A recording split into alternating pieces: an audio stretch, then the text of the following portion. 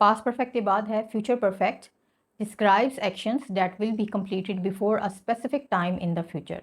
ऐसे अमल को बयान करता है जो कि कंप्लीट होंगे मुस्तकबिल में किसी ख़ास वक्त में। She will have graduated by the next year, वो ग्रेजुएटेड हो जाएगी अगले साल। तो ये ऐसे अमल को डिस्क्राइब बयान करते हैं जो कि किस अगले साल या फ्यूचर में होने वाले हों किसी ख़ास वक्त पर। तो आइए इसके रूल्स देख लेते हैं कि किस सब्जेक्ट के साथ कौन सा वर्ब और कौन सा हेल्पिंग वर्ब यूज़ करके, कौन सी फॉर्म यूज़ करके हम ये बना सकते हैं। फ्यूचर परफेक्ट के लिए फार्मूला है कि सब्जेक्ट के साथ हमने विल हैव और थर्ड फॉर्म ऑफ वर्ब लगानी है। Helping verbs will have with all, तमाम will have and shall have. Subjects I, you, he, she, it, we, they, इनके साथ हम will have and shall have.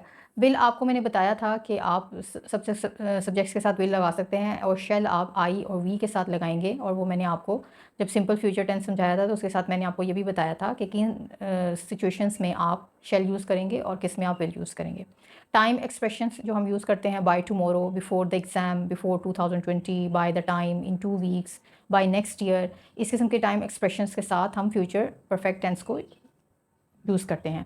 Examples, they will have built the house by next summer, कि वो अगले साल गर्मियों में घर तामीर कर चुके होंगे। He will have one the match,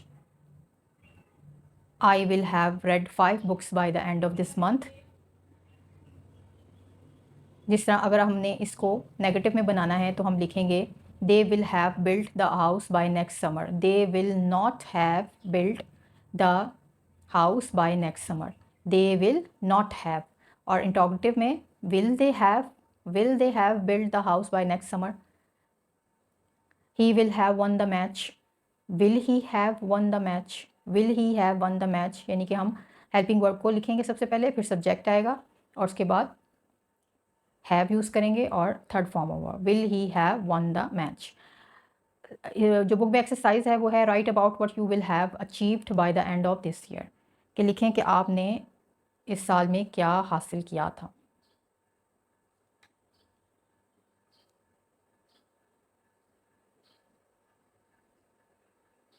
By the end of this year, I will have achieved many of my goals. I will have improved my English speaking and writing skills. I will have completed all my school's assignments on time. I will have read several interesting books. I will have participated in class activities and competitions. This year will have been a great step forward in my learning journey. तो ये सब आप rules use करके जिस तरह देखें, I will have achieved, यानी कि आपने विल हैव यूज़ करना है, उसके बाद third form of verb will have improved. तो ये ऐसा right about what you will have achieved by the end of this year, तो ये आप पैराग्राफ लिख सकते हैं। तो ये फ्यूचर परफेक्ट के कुछ रूल्स हैं जो कि आप समझने की कोशिश करें। सब्जेक्ट के साथ will have, shall have and third form of verb. अब इस पैराग्राफ में आप आई के साथ शेल भी यूज़ कर सकते हैं। I shall have, I shall have. Shall मैंने आपको बताया था कि ऐसी जगहों पे यूज़ होगा जो कि यकीनी सूरत हाल होगी, जिसमें लाजमी यकीनी सूरत हाल में आप शेल यूज़ कर सकते हैं आई और वी के साथ। अदरवाइज़ आप विल भी यूज़ कर सकते हैं, ये भी करेक्ट सेंटेंस कंसिडर किया जाता है।